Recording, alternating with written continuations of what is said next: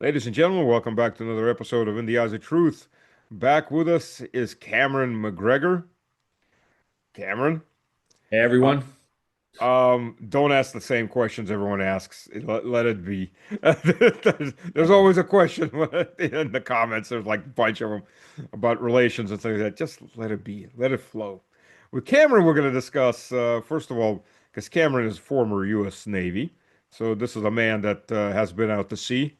Um, as opposed to me, tanks, infantry, and whenever something's burning, it usually I understand it's bad, and if it's 30 hours a tank is burning, there's usually nothing left of a tank. But how is it that let's just begin with this, the Ford first. Let's begin with the goo trail, the brown goo trail of the Ford. 80% of toilets are clogged. What could cause that? Is that sabotage, soft mutiny, people flushing? I've heard that maybe people flushing ropes and t-shirts down, or is that something that could actually happen on its own in a system that big that 80% of toilets would clog up and overflow? Well, as a preliminary, I'm happy to report I never saw anything like that when I was in service. Thank God. So that's we're off to a good start there. Yeah. Uh, Secondly, let me just repeat what I just said to you offline.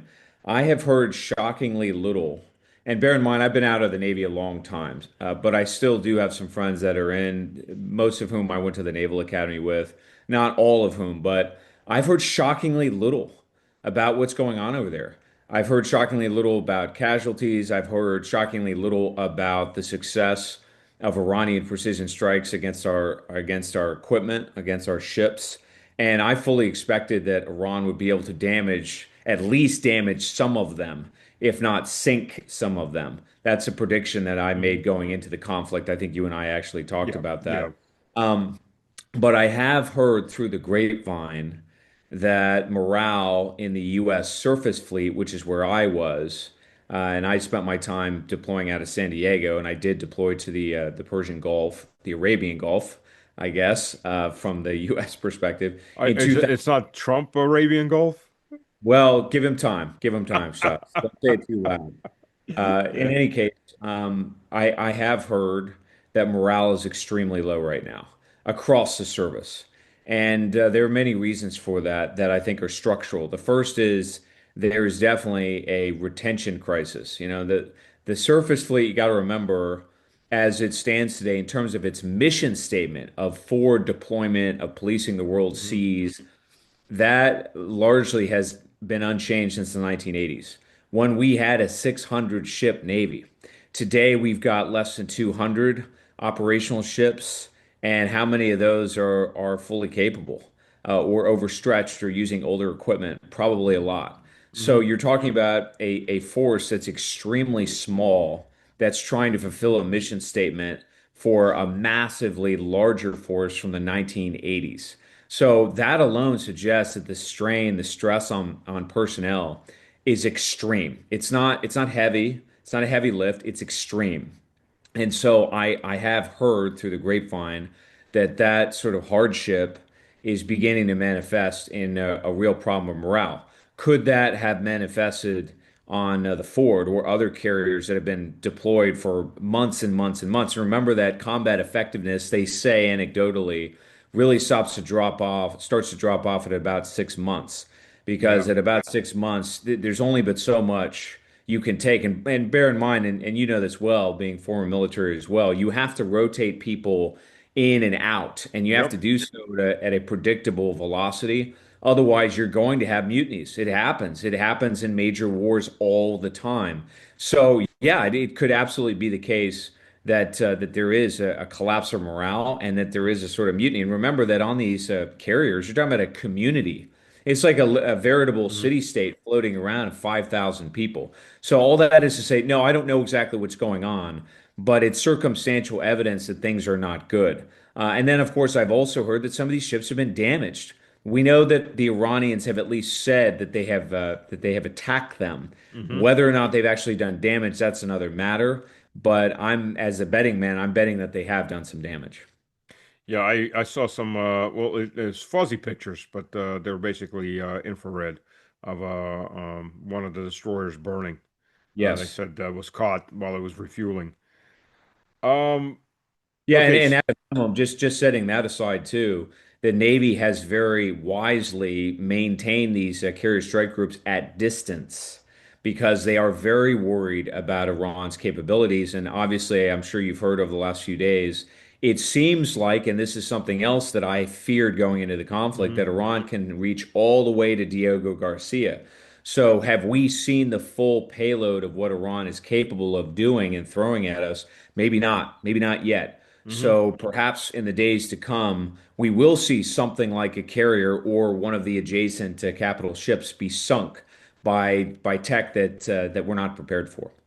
Well, let me ask you this. Okay, so the Ford's been out for what, about 11 months now? Yeah. I mean, that's without stopping at any ports. Or Yes. Well, I think it had a bit re it, I think it had a refit. I forget where Mhm. because it had some internal Mhm. plumbing issues, if you recall. So it did have a brief refit. I don't know how long exactly that was, but you're right, more or less, they've been on continuous deployment. But that's the Ford. That's it's a huge piece of equipment. What about the Yes. destroyers, the submarines, the escorts? They're all out there just as long, right? Yes. So you got That's an right. Arleigh Burke that's got 350 crew on a much smaller platform that's been out Yeah. there for basically 11 months. Well, they can rotate them in and out. So Uh-huh. perhaps they're some of the smaller ships they're doing that, putting different ones on station. Okay. Hmm. But nonetheless, you're talking about a very, very prolonged deployment, a lot of stress, Oh yeah. and probably a very complex mission set at the moment because you're dealing with potentially drones, you're dealing with precision strike weapons, and then of course remember you've got to have all these ships that are on station just to protect the carrier in general. So maybe they're detaching and doing other things and then coming back into the strike group. So I can only imagine how harrowing it is right now. And more than anything, Stas, what's the strategy? When are they coming back? 4 days. What's the end state? Nobody Four knows. days. Yeah, right, 4 days is of 25 days ago. right. The 4 days ended 21 days ago, and we're That still kills going. morale. As Oh you yeah. know, that absolutely cripples morale. It's one thing to push the limit, but if these guys are out there just floating around and they have no idea when they're going to come home, that's when you start to see discomfort and revolt among the ranks. Well, let me ask you this: this 30-hour fire in the laundromat. I mean, 30 hours to put out a fire, 600 bunks, or an area for 600 bunks, damaged. Is that something that's possible I mean, for a localized fire to go that big that takes 30 hours to put it out? Or is that something that may be caused by a direct hit, or a drone hit? I never saw anything like that in the Navy. I never heard of anything like that. But I will say a couple things. Yeah, it's a bit suspicious to be sure. But if these ships are undermanned, if the personnel are not properly trained to put out fires, depending on how severe they are, yeah, things can get out of control very quickly. So maybe it is internal. Maybe it has nothing to Hmm. do with a strike from afar. It's hard to imagine that, but again, we're at optimal manning. We know that we don't have sufficient personnel in a lot of these ships. That's probably true on the carrier as well. How well trained are these? And remember, if you go back 10 years, I believe it was in 2017, in a very, I want to say a 6 month period, we had a lot of accidents at sea. There are many reasons for that, one of which is probably poor training. Hmm. So that could actually factor into this more decisively than people think as well. Remember, these guys are sort of thrown into the mix. There's nobody in the administrative chain of command, never mind the operational chain of command, that seems to much care about their sustainability. It's just fulfilling these mandates. It's getting the promotions and so forth from the higher ups. So they're exhausted, they're forward deployed, they're probably, at their wits' end, and then maybe they're not being trained properly either. Yeah. So what are you trying to say is the admirals, just like the generals, don't really give a damn about their soldiers. They give a damn about their big billion-dollar career or million-dollar career afterwards. If they do care, and you know this well, the Navy is a very complex Hmm. multi-layered organization. If people do care, there's such a cog in the machine that they just are a small cog in the machine. They Hmm. can't stop it anyway. So that's part of the problem here as well. It's like a gigantic ship. It's very difficult to tilt it, one Right, direction or right. another, particularly once inertia starts. But look, these things are very concerning because at a minimum, it suggests that the operational security of our forces is potentially very vulnerable. And I suspect we're going to find out in the days ahead, especially as these Marines, Hmm. if they are used the way we think they're Oh, used, good we're Lord. going to see real collateral damage because of a negligence at the top of the U.S. military. Mind you, the top of the U.S. military, not necessarily the White House, not the elected government, but the U.S. military itself. And I emphasize that because right now it's very easy to pile on the president. Obviously, there's questions about his competency, his frame of mind, these kinds of things we'll talk about in Hmm. a moment. But the military has escaped accountability too, right? Oh, It is yeah. incumbent on the services to tell the president what's possible, what's not possible. And if you read books like Dereliction of Duty, which was written by H.R. McMaster, what that tends to suggest is the president, more often than not, will listen to the senior advisors inside the U.S. military. Yeah, So this yeah. is not just a case of Dr. Strangelove in the White House. It's also a failure, I think, of multiple levels of governance to include the U.S. military. Yeah, absolutely. I mean, I'm not exactly expecting to see any single general or admiral resign. Maybe one, but I don't think so. An unfortunate part, resign in protest. I mean, Well, um, we'll see. I mean, Joe Kent's resignation recently, I think, is a good sign. it There is. is there is unrest in the ranks. I think that's true. It's very difficult to quantify that. Is that mirrored, or rather, is that spreading to the higher ups? It's hard to say. I mean, as you know, there's a lot of collateral damage if you publicly rebuke, the chain of command, Oh yeah. resign, that type of thing. But it's not possible if this thing goes completely awry and lots of people get killed. Now, some will say it's already happened. I don't It know. We'll has. find out. I mean, the casualty rates are obviously, in my best guesstimate, probably 10 times what they're admitting to, which Well, still is here's really my not that question. much if you think about it, but still. Well, here's my question, and I know that you're well versed in this too.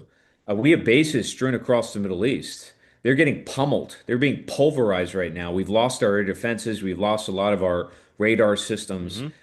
What's happened with them? We don't exactly have a mobile force on the ground that can go rescue these guys. No, no. So what is to become of them? I mean, you're watching a kind of colonial expedition get completely overwhelmed Yep. along the lines, I would say, of something like Hassan Luana that the British faced in the 19th century. It's kind of a little bighorn event in that sense. And in terms of the media, it's silence. So who knows what's going on? And to your point, there's thousands of personnel over there, Oh yeah. maybe more than that. So how many of those guys are being killed as Um, we speak, and it's just not being publicized? Tens of thousands. Let's begin with that. Second of all, a lot of those guys that were supposedly moved out, they're just moved to hotels. Yes. And they Yeah. filmed from those hotels. They're stupid enough to do that, but and post it. Yeah. But what I've been told, and as a combat officer, for a land warfare combat officer, I'm just in shock when I heard this. Those big bases, the Air Force and naval bases, they don't have bunkers. They never built bunkers Yeah. because they were A, so sure there wasn't going to be a war. If it's going to be something short, and B, they're so sure the air defense systems would protect them no matter what. They never built bunkers. Well, no air defense system ever protects you 100%. Sorry, but that's reality. Anything can be overloaded. And two, from what I've gotten from a couple sources, they're out of ammo, or they're been destroyed, and now there's panic because right now the Iranians are destroying the infrastructure and the tech on there. But sooner or later they're going to turn on to the personnel, and there's no place to hide. Yes. Well, what you say about Bahrain is absolutely true. So I have been to Bahrain, and that base has always been very vulnerable. In fact, last summer when that 12-day war happened, I asked a friend of mine who was still on active duty at the time exactly how vulnerable Bahrain is, and he said, "Look, the locals here, could attack it and destroy it. Never mind Iran using precision strike. And what I've been told subsequent to the beginning of the war Hmm. this time is that, yeah, they've evacuated a lot of U.S. personnel who are just sitting in hotels. And in some cases, I've heard the hotels are being shelled. Oh yeah, yeah. So, Because yeah, I Iranian mean, it's a mess. human intelligence, they picked it up on. When military staffs are operating a hotel, it becomes a military target. But it's not just Bahrain.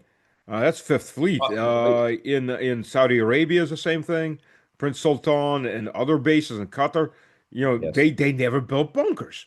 Which to me is like, when we stopped in a place where we could get shelled, we don't have a bunker, start digging. But they never built, I mean, in 30 years that they've been there since the early 1990s, and they never built bunkers. Yeah.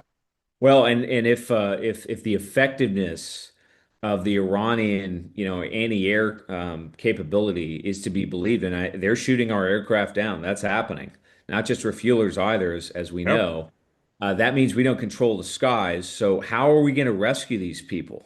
We don't have that mobile reaction force on the ground. It's going to be difficult to land anywhere. I mean, that's why this whole operation, people don't seem to understand, Stas, and I know that you do well, that this is now a very complex operation just to withdraw, Oh, just to yeah. get forces out.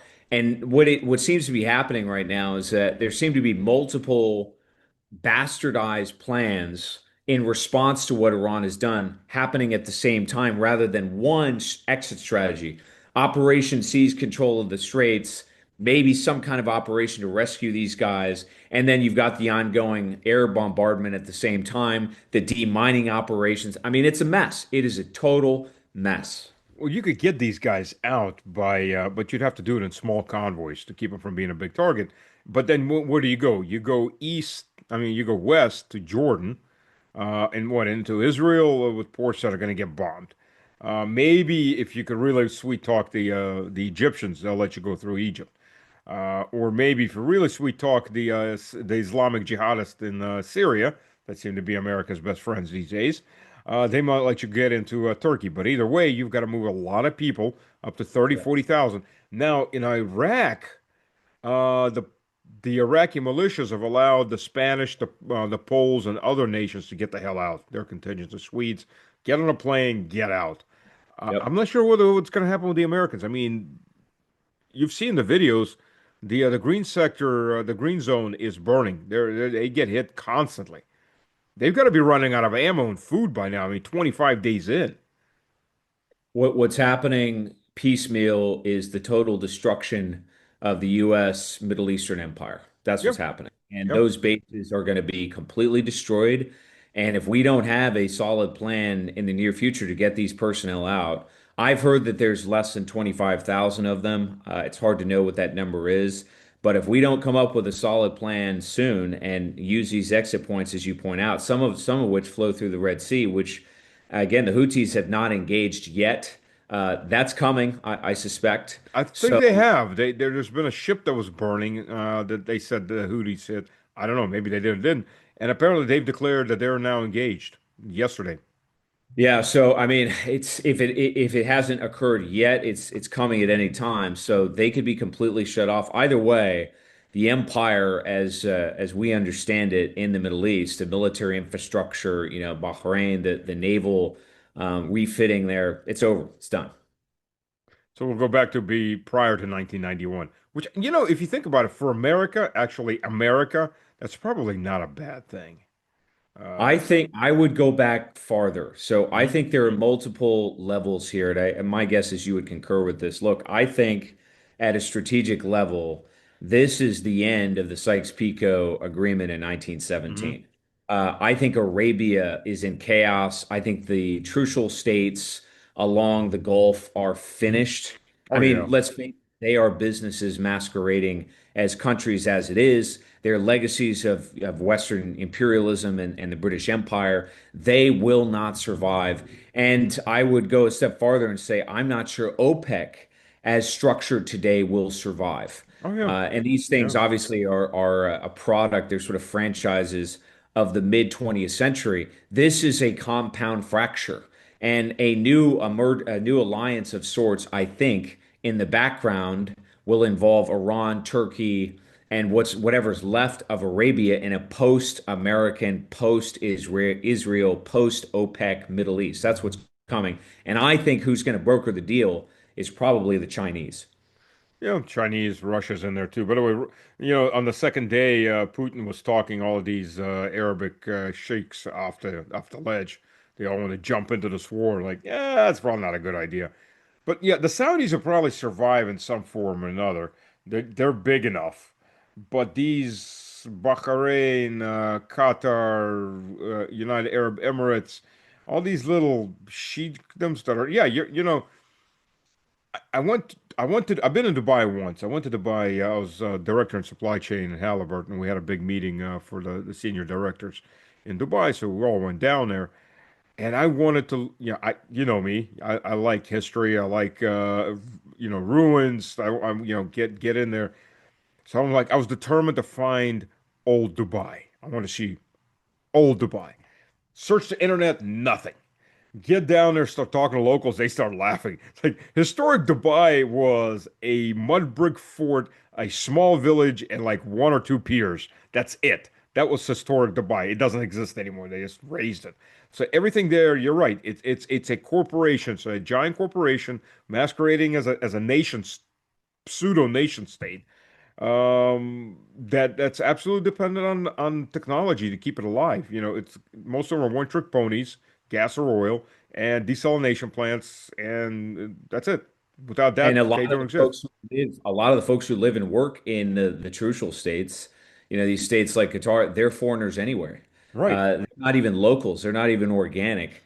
Look, one way to look at what has happened, and I do think to some degree it frames the mindset of the White House as well, is that you have artificial states and structures Hmm. against civilization states. Right. Iran is a civilization state, just like Russia.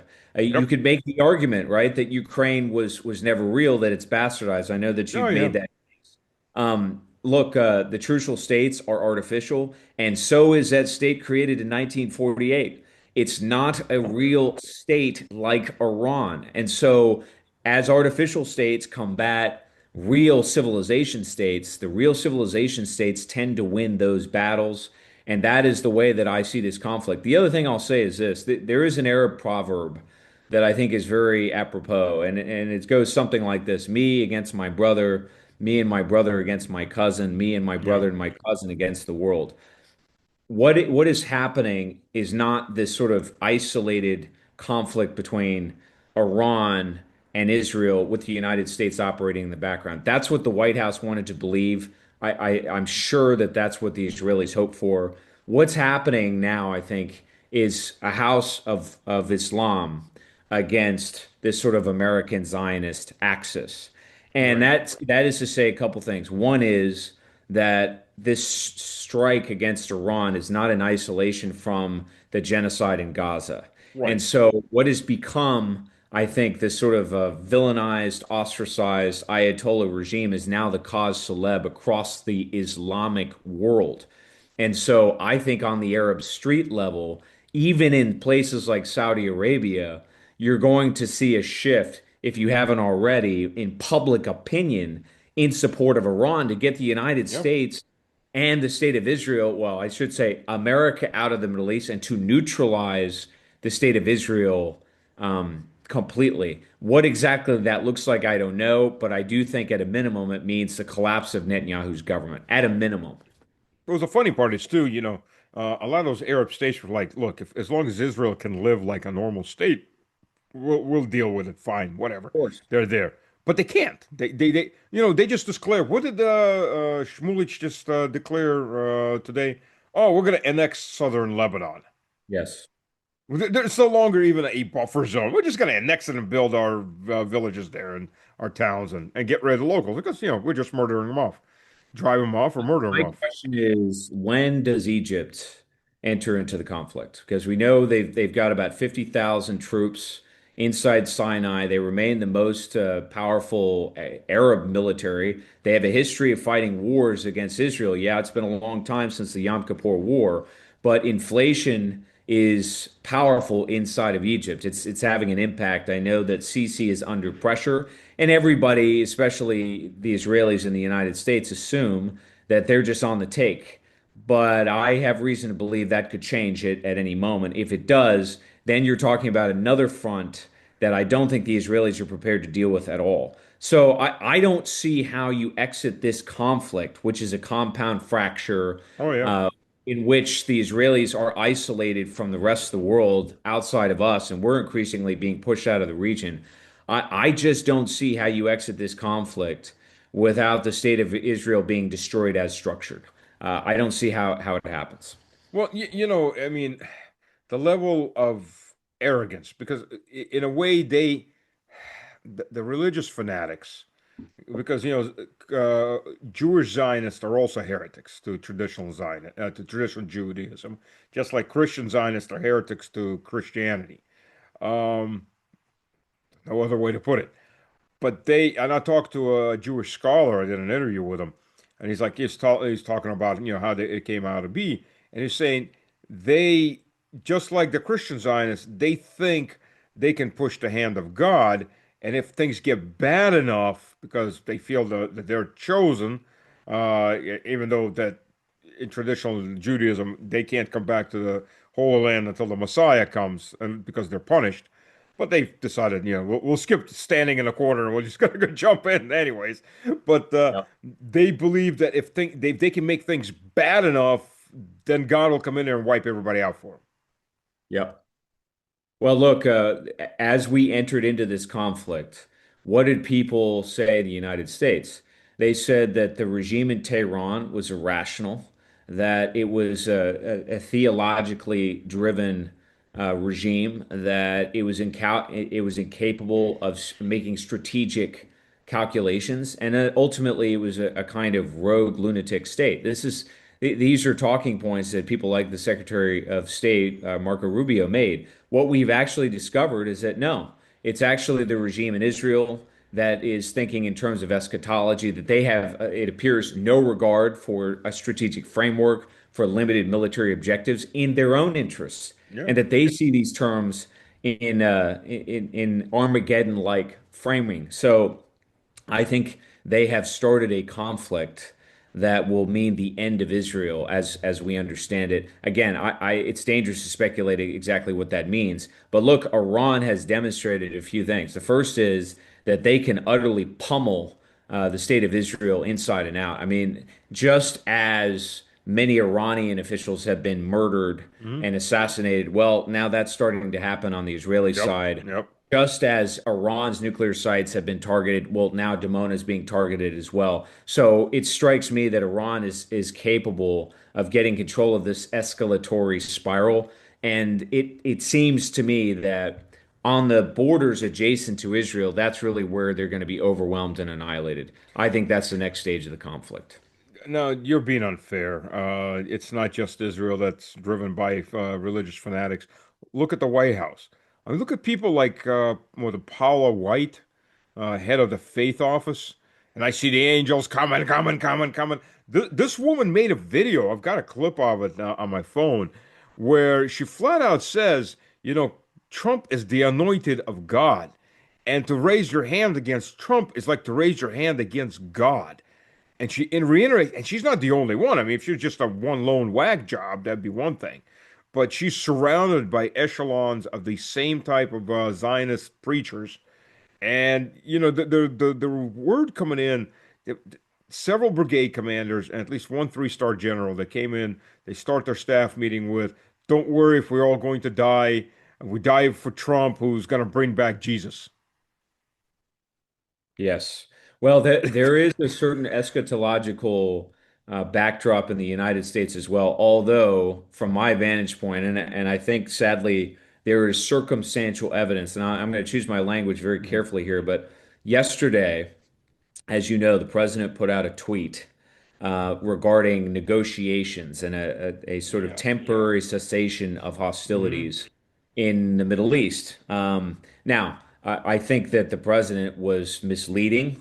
I don't think he was telling the truth, and I think that that is verifiable. However, what's interesting is that about 5 minutes before the president tweeted that out, which if I'm not sure if your audience knows this, but Oh yeah, yeah, markets in the United States rallied, oil prices fell substantially. I mean, very significantly. I'm an investor and I am invested in oil as well. I began that process a few weeks ago. By the way, so did Barron Trump. Okay, oh yeah. which is noteworthy. But 5 minutes after the president sent that tweet out, which jolted markets, a very sizable bet to the tune of about a $1.2 billion amount was placed on in the futures market of the S&P, and a $150 million bet on the short side of oil was placed at the same time. Now, only but a few people in the world could have known that the president was going to send a tweet out like that. So again, I don't want to overstate the case, but I guess my point is, Stas, that the White House seems to be operated by a kind of criminal cartel that is monetizing what's happening on the one Yep. hand, and on the other hand, is deliberately misleading the public about what's going on over there, and maybe doesn't even understand themselves the quagmire that they have just launched the United States into. That could be the case as well.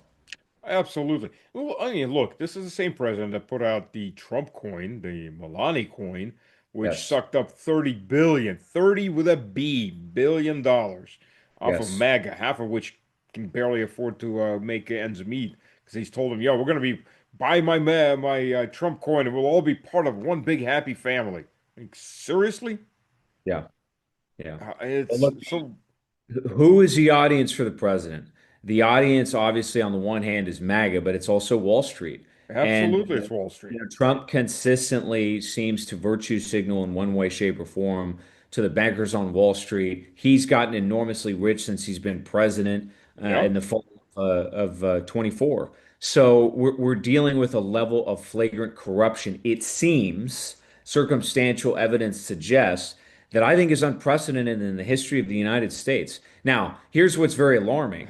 Nobody much cares right now in the United States, and they will Yeah. not care until we go into a recession.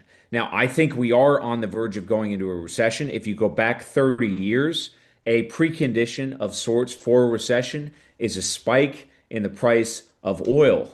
Yep. The president of the United States, by starting this war in the Middle East, has triggered a daisy chain of an energy crisis. That's going to affect Americans. That's one.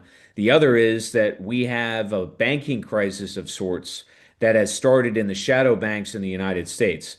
BlackRock, in particular, as I'm sure you probably know, maybe you don't, they've had to halt or turn off withdrawals from some of their Yeah, major funds. I saw that. Just one article and then nothing else after that.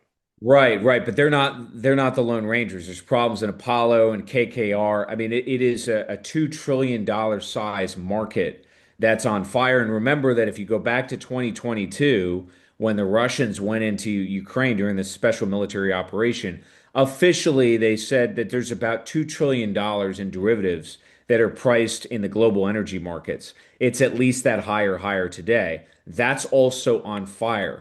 So this is a compound break that's almost certainly going to send the United States into recession, and the president's not going to escape blame for that. Yeah, that's exactly.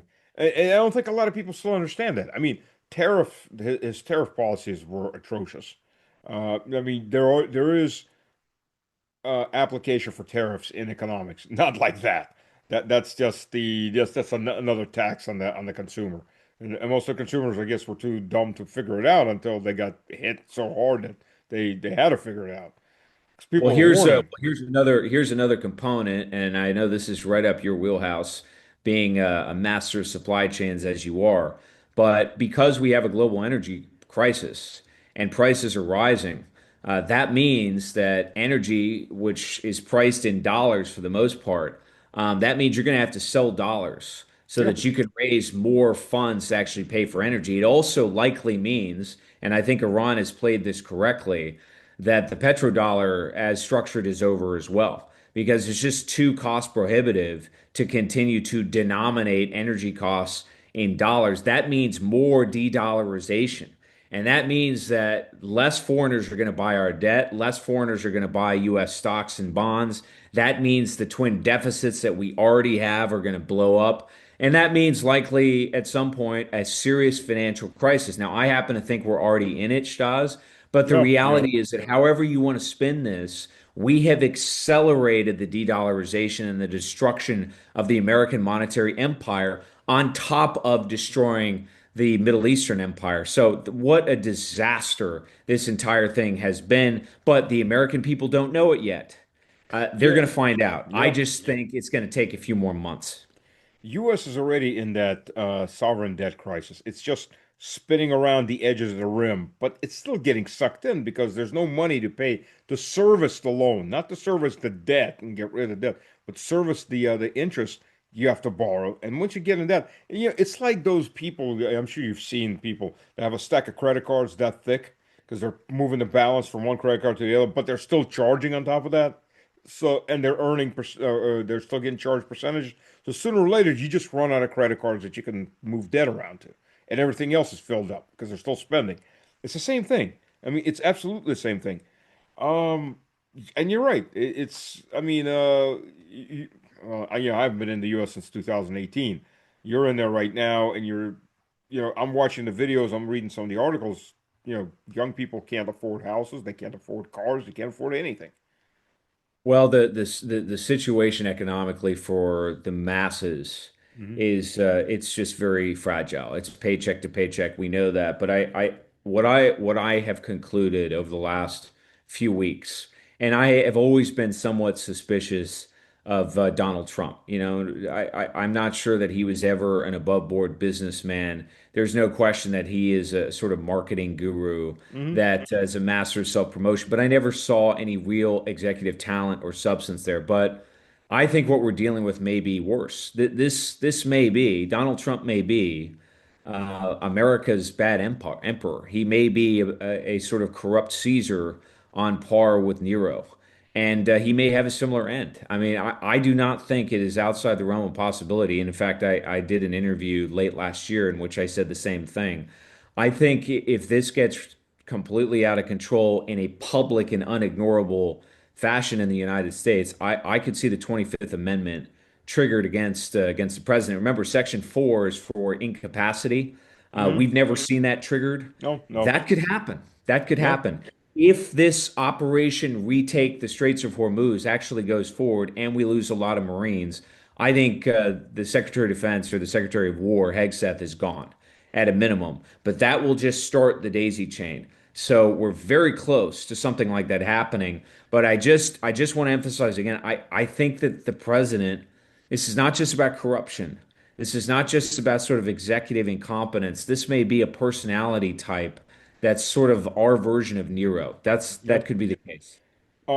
Look, in that case, there's two things we need to look forward to that are going to be absolute signs.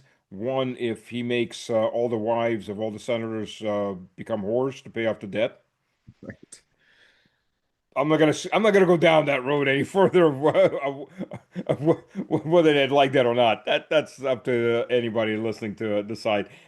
And Nancy Graham will be there just because he'll be there just for fun, volunteering. Of course. Of course. Well, you did And see you did see Lindsey Graham's comment before we went in, right? I've got it right here. He tweeted out, I mean, uh, again, this is to some degree how people in Washington think. He said Venezuela and Iran have 31% of the world's oil reserves. The United States, we're going to have a partnership with 31% of the known reserves. This is China's nightmare. This is a good investment. uh, Insanity, a total inversion of what's happening. But Shaz, I get the sense that there's still a lot of people, not just in the White House either, yeah. but in the U.S. government that think that way. And Oh here's yeah, here's yeah. here's what's very alarming.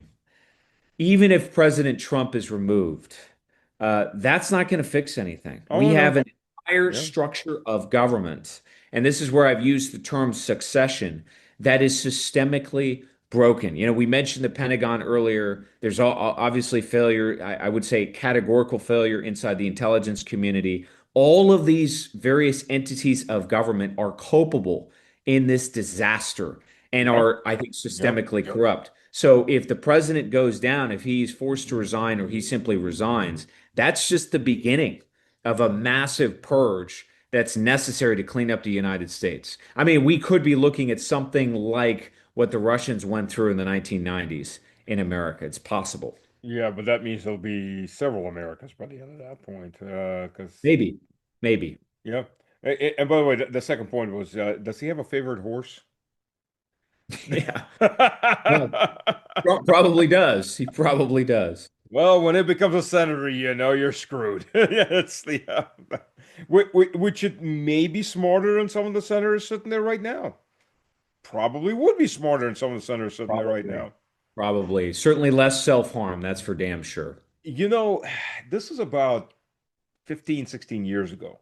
And I was listening to an interview with the guy. So this guy owns a chain of pharmacies, one of which is right near Congress. Um, and of course, he didn't say any names because, he can't. But he said the public would be shocked if they knew how many members of Congress are on anti-dementia medications. Hmm. They've got scripts for it. It's like you, Interesting. you would be surprised how many members of Congress are just sitting there and they're on cloud nine. They're not here. They're doped up, and yeah, they have no concept of reality. They're totally detached, but they're still serving. I mean, we've seen that on the Supreme Court, where judges are sitting there and just snoring because like 90 years old, and they just Yeah. won't leave until they're dead. Well, yeah, senators do the same thing. House of Representatives, you got the same thing. You got people that'll sit there until they're literally dropping dead. Yeah. Well, look, I tend to think in terms of structure. And just as we talked about the framework for the Middle East, which is more or less a shadow of Hmm. the agreement in 1917, these sort of phony states that were created in the Hmm. aftermath of the Ottoman Empire. We talked about the OPEC inception in the 1960s and the sort of cartel in Arabia that meets occasionally to set prices and so forth. We talked about, things like the IEA, the International Energy Association, which comes out of the 1970s. These structures are broken, and so Yes. is the two-party Yes. system in the United States. It's broken, Oh yeah. and it was supposed to be fixed by Donald Trump and the MAGA movement. And what we've discovered is that the MAGA movement was a facade, that at a minimum, it was assimilated by a very corrupt system. And maybe it was hijacked by a Nero-like American emperor, so to speak. The emperor has no clothes, and neither does the Senate, neither does the House, et cetera, et cetera. Maybe this is a good thing because it will force the public to really get engaged and to sort of realize the promise of America first. Because remember, Americans, while they haven't been too engaged in the empire overseas, they've opposed it for a long, long time. But now, for the first time in maybe 80 years, the United States is going to suffer consequences for its misbegotten adventures Yep. overseas. Yep. And I think that means real political consequences this time. I mean, look, you can tell how much of a Ponzi scheme this is. What did Trump say? We make money when price of oil goes up. Well, he and his clique makes money. Um, the American public loses money. Now, in 2011, as what can be done, in 2011, Russia ran into the point, I just moved back a year before, of gas lines, Yeah. gasoline line. Russia, one of the biggest producers of gasoline or petro in the world, of diesel in the world, didn't have any. Why? Yes. Because all the companies decided, hey, Europe's prices spiked. We're taking it all to Europe and selling there. And there Yes. was no control. There was no government control at that point. And you literally had gasoline lines in the country that produces probably more gasoline than anybody else. Yes. So what happened? The government steps in, sets certain price ceilings. They were temporary, but they did set price ceilings, and they put export bans. That's it. No more is going out. And then they switched the export bans on and off. Like, for example, the gasoline export ban just went off in January. The diesel export ban is supposed to go off in end of May, so that the farmers will make there's enough diesel for the farmers because it's plowing season.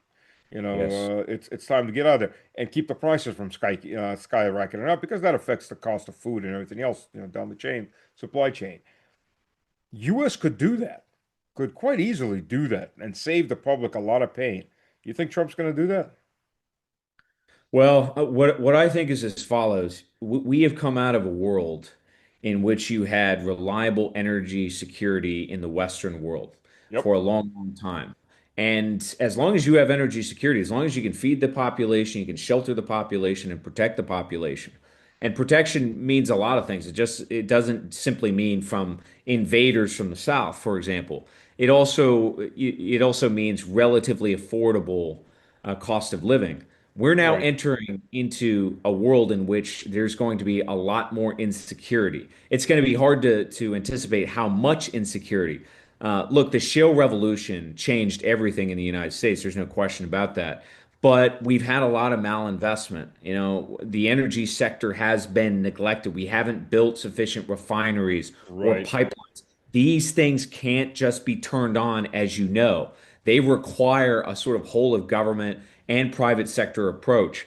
We're entering a period of time now in which Americans who are already living on edge are going to experience significantly higher energy prices.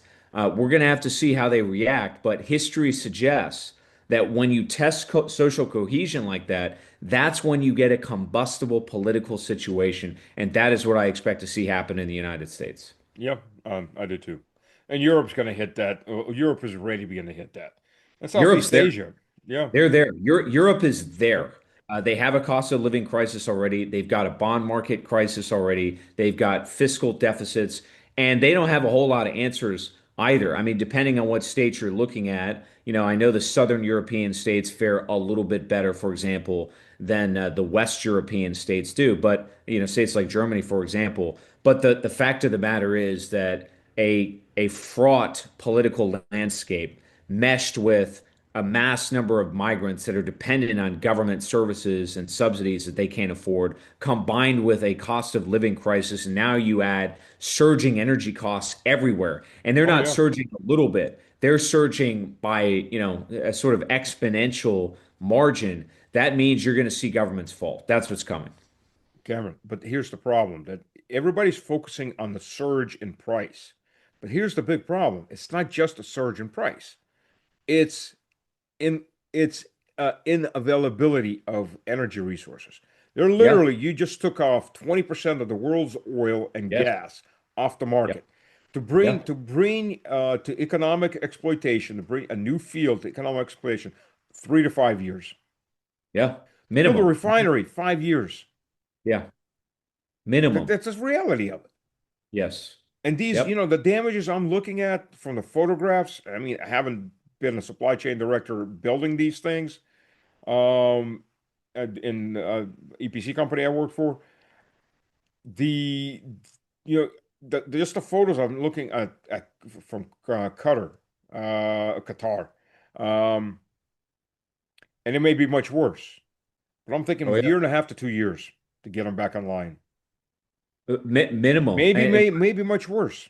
And we're at the beginning of the conflict. I mean, look, Yeah. so you got Iran is, I want to say, at South Par's gas field. That's the largest natural gas field in the world. Qatar, as we know, 20% of the global LNG trade, Mm-hmm. 80% of their cargo previously, until recently, went to Japan, South Korea, China, and Taiwan, right? So that alone cannot be replaced in the short term. You're exactly Right. right. And remember that there's no strategic reserve for natural gas, right? Yeah. For all kinds of reasons. You have that for petroleum, not for gas. So this is a global energy crisis, and we also haven't even really mentioned fertilizer.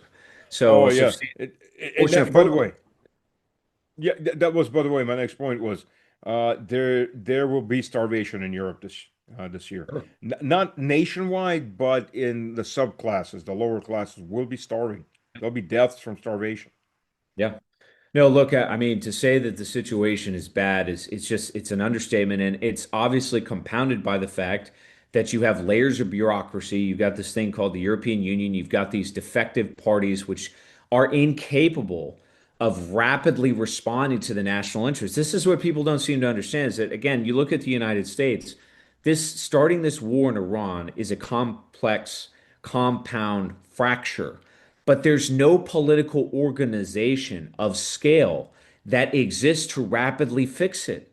It's not there. There are a few people that are sane of mind. You know, people like Yep. Rand Paul, for example, or Thomas Massey. They don't have a political organization. And the same problem exists in Europe. Yeah. So Yeah. you're sort of painting this picture of, yeah, 3 to 5 years, assuming that you rapidly deploy a national strategy to act on those problems. We're not going to see that happen.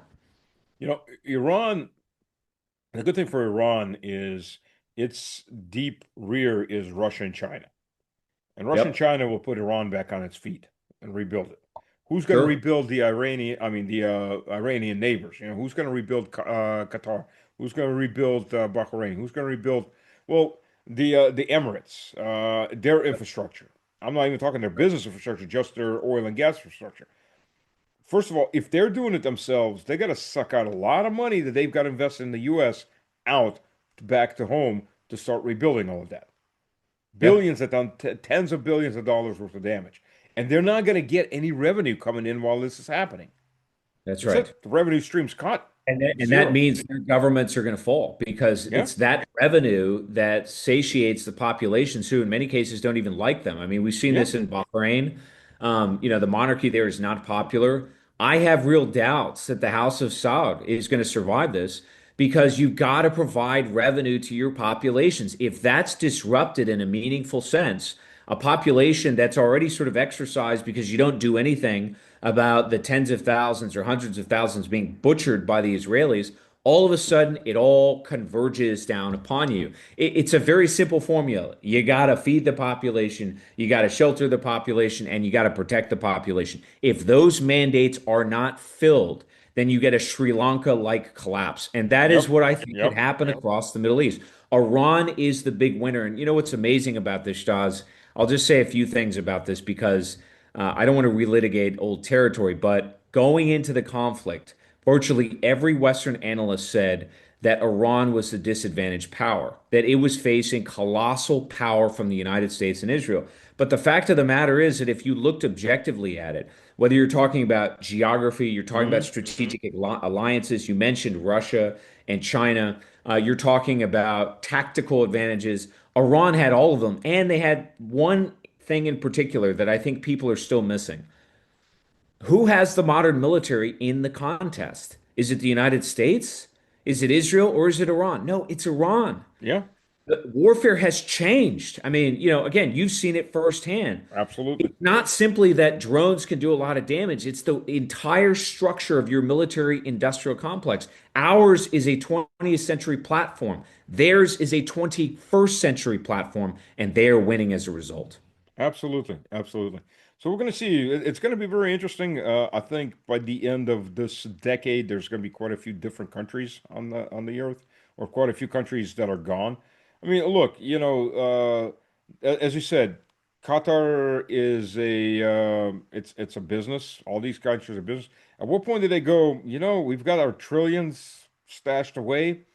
It's going to take or hundreds of billions. It's going to take hundreds of billions to refix this. Screw it.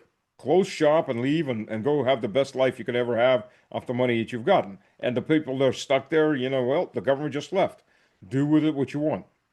Well, that's what happened to the Rajapaksa regime inside of Sri Lanka. The Yep. president resigned via email after being escorted to his yacht, and he left. Look, these things can happen. In the United Yeah. States during the War of 1812, the president left via carriage. He left the White House, which the Brits then subsequently burned, and he was pelted on his way out of the city, out of Washington, D.C. So, look, these things can absolutely happen, but I, Yeah. I would say there's one of two scenarios. Either A, they do what you said, they just sort of pack it up and leave, or B, they call Tehran. And Russia and China by way of Tehran. And that's why I say whatever the new landscape's going to be, Iran is the big winner in this contest. Yep. They will determine what that global energy complex looks like centered in the Middle East, not the House of Saud, not the Gulf states, not the state of Israel, not the United States. Yeah, yeah, you're absolutely right. Um, I think we'll come back to this. Let's give it another 2 weeks, and we see, yeah, everything's shaping up so quickly. 2 weeks it could be like previously what a year would be or half a year. So It's amazing to me. I know it's probably less surprising to you, but it's amazing to me the extent to which people thought that the U.S. military empire had a lot more staying power than it did, or had a sort of a life expectancy that would just go on and on. oh yeah. If you look historically, that's just not the way these things go. Yes, there are powers like, or empires like the Spanish Empire or the Ottoman Empire that just limp along, but in their region, they do so. It's very hard to sustain empires thousands and thousands of miles away. Oh, And that's what absolutely. we've done. That's what we've done. Now it's up in flames and it's happened in record time. Yeah, you're well, and communications are in record time. Everything's hyper. And I've said this on Russian television. Other people, and they all look at me like I'm crazy. Oh no, yeah, it'll take damage, but it'll last. No, gentlemen, things have changed. I think they're now just starting to realize just how much things have changed.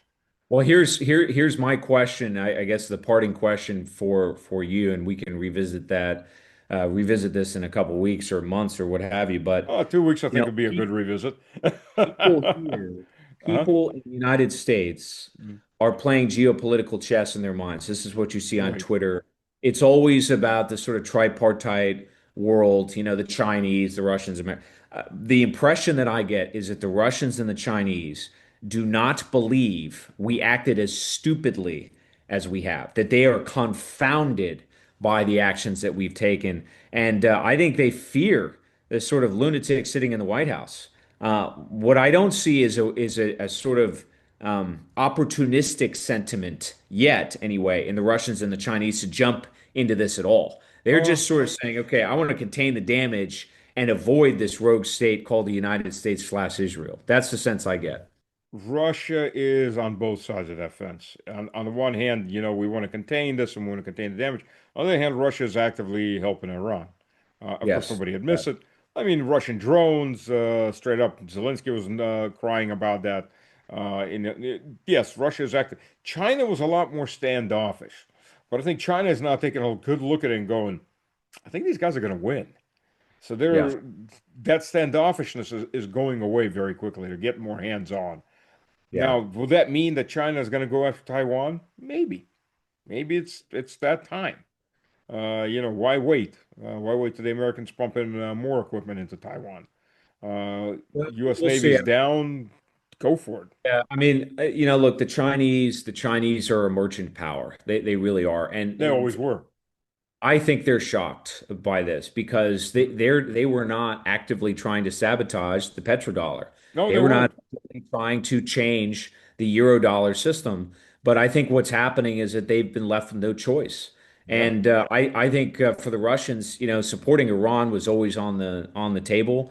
But I think equally they're shocked that we have committed such a blunder because that's what it is. It is a catastrophic blunder that the history books will retell with interest because it's just such a disaster. I mean, my God.